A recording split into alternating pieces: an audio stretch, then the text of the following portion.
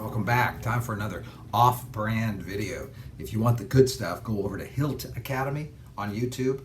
HILT, that's our other company, and that stands for High Impact Leadership Training. You know how that works. That's high production quality. It's stuff where it's a little more scripted, a little more valuable, and I don't waste time chatting away way too much. Anyway, Hilt Academy on YouTube. Try that out. High Impact Leadership Training. Sort of fun. Just had a conversation with some friends who were doing a startup and thought it would be worthwhile to share with you if you had some of the same questions about when you're creating a startup business plan, what should that look like? And whether it's a business plan that you're going to offer to folks externally or whether it's just a guide you're going to use internally, there are 5 things that you need to put in place that create a really, really good startup business plan.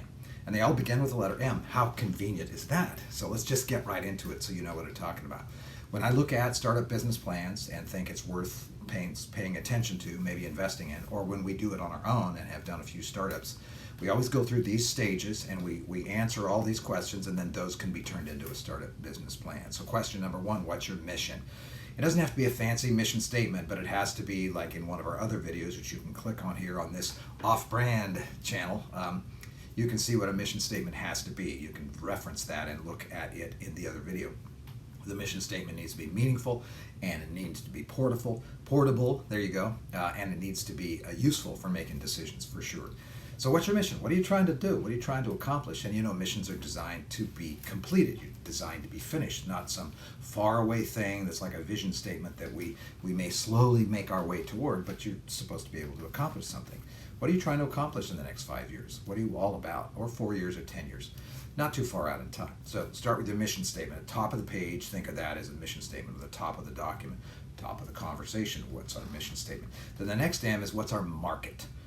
Who are we actually trying to reach? And if you're trying to do a startup, don't go too big with your market. Make the market segmented, make it small enough because you're going to want to do some testing with that market.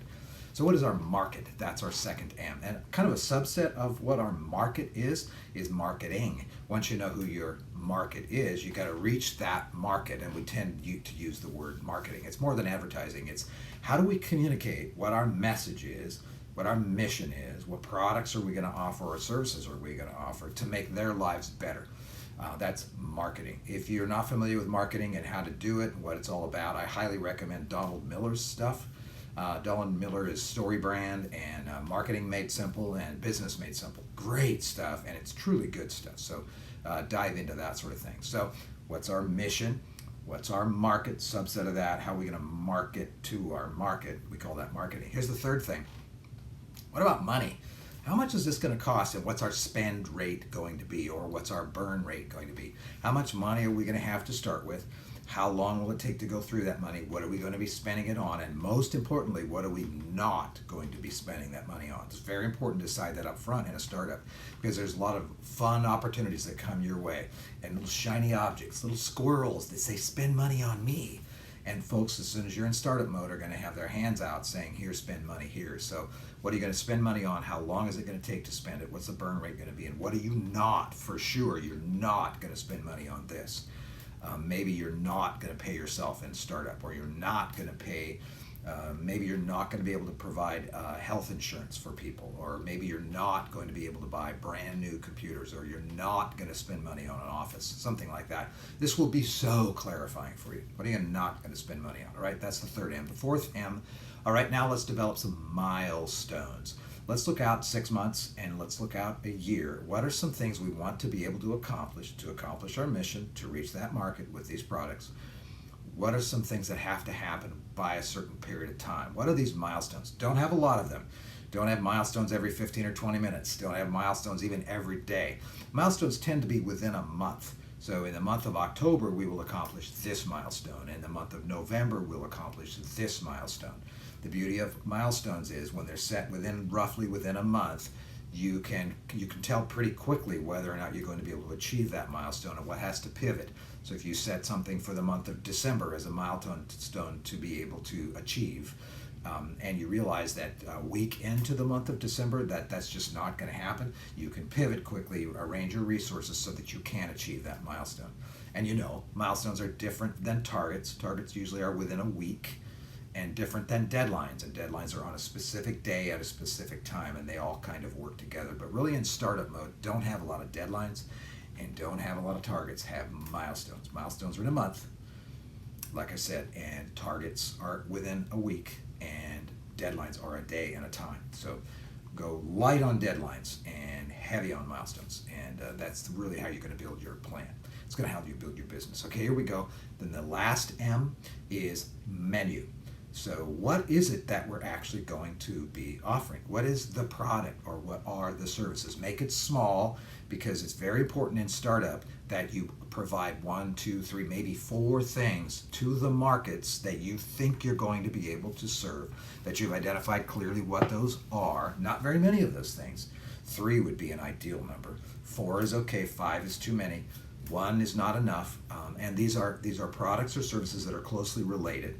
And you're going to offer this menu of things in your startup to your market. And the reason to come up with just a small number is because the market will surprise you. You don't really know what the market is going to pick. If you have 4 offerings, you don't know that they're going to pick the third one. The first one might be your favorite. You also don't know how much they will want that, how much the market will pull it toward you. So pay attention to that. There's a push-pull dynamic. Go to our Hilt Academy website, or Hilt Academy on YouTube, actually, to see what I'm talking about when I talk about the push-pull dynamic. It's one of our videos there, more detail about that. But pay attention. When the market has an appetite for something, it'll pull it toward you. And it may not be your favorite one of the 4 offerings or of the 3. It might be the third one. Then they'll pull it toward you. So be ready with that menu. Here are some things we're going to offer to you, but don't fully build them out. Build out just enough so that you know roughly what it is you're going to offer. And then when the customer says, we want it, you build it as the customer demand grows. Don't fully build out the idea, the product, the service. Completely build it out in all of its glory before it ever goes to market. That's a great way to waste your time and energy and money, because understand, you're going to be wrong. The market will surprise you. Therefore, offer the menu, even though the kitchen has not actually made it yet. Make sure most of the ingredients are there, but offer the menu. And then when the customer wants that, you can go back and start building it metaphorically in the kitchen. Okay, this is also true in restaurants, by the way. You don't buy 700 pounds of beef and then offer specific type of a dinner entree, and then nobody wants it. Now you got 700 pounds of beef there, and your market is a vegetarian market. What's the deal there, right? See how that works? So there you go. Start with your mission. Make sure you know what you're trying to accomplish. Write it out so you can carry it around your head. And then go to your market. Who's our market? Who's our market? How are we going to reach the market? Make sure the market is small enough that you can actually test it. It's not everyone who breathes. Make the market small, small, small, so you can actually test it. And then how much money is it going to cost to get going? How are you going to spend that money? And then what are the milestones you're trying to achieve? And what is the menu of products or services you're going to offer? Make it small. And then offer that and see what happens. But offer it in an idea, then build it when the customer wants it. That's the way you accelerate the development of a startup. Of course, once that happens, you have to be able to scale. So anytime you're building a menu, understand that I've got to be able to scale this, because if the demand is there, it'll be much bigger than my current ability to meet it. So be thinking, how do I scale this even as you're building it when there's customer demand? That was a lot, and that was really fast. But you know what? It's come to the end of the day, and something funny back here. You see this little clock right back here in the background sitting there on my liquor cabinet down there? It stopped at 5 minutes after 5. And it stopped like 2 years ago. The battery ran out and it stopped at 5 after 5. And I noticed that and I thought, you know what, I'm just going to leave it, because it's always 5 o'clock somewhere. And it just happens to be always 5 o'clock right there on top of my liquor cabinet. I'm enjoying some Woodinville bourbon here. We had bought a special barrel that we're giving away in one of our companies, and this is a little bit of it. It's late in the afternoon on a wonderful summer day in the Puget Sound. So what that means is that it's a little bit cloudy outside. I hope you're doing well. Leave a comment, reach out if you want some more clarification on any of that stuff. Good luck on your startup. Get to work. You got a lot to do.